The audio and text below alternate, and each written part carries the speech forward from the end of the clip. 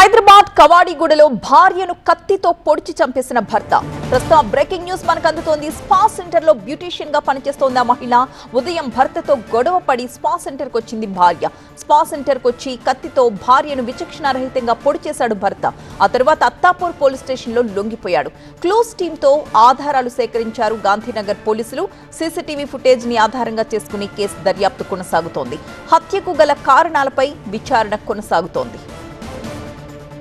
హైదరాబాద్ కవాడిగూడలో భార్యను కత్తితో పొడిచి చంపేసిన ఘటన కలకలం రేపుతోంది. స్పా సెంటర్లో బ్యూటీషియన్ గా పనిచేస్తోంది మహిళ. ఉదయం ఆమె భర్తతో గొడవ పడి స్పా సెంటర్కి వచ్చేసింది. అయితే భర్త స్పా సెంటర్కి వచ్చి కత్తితో భార్యని విచక్షణారహితంగా పొడి చేశాడు.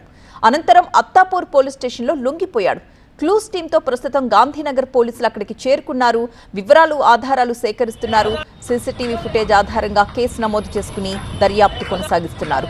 కానీ ఇంకా హత్యకు గల కారణాలు ఏమిటనే దానిపై మాత్రం ఇంకా వివరాలు బయటకు రాలేదు. ప్రస్తుతం ఒక పక్క భర్త హత్య చేసిన తర్వాత ఆ కత్తిని అలాగే పట్టుకుని స్కూటీ డ్రైవ్ చేసుకుంటూ పోలీస్ స్టేషన్కి వెళుతున్న దృశ్యాలు ఒక పక్క చూస్తున్నాం. మరొక పక్క చనిపోయిన ఆమె ఫోటోగ్రాఫ్ కూడా మనం చూడొచ్చు.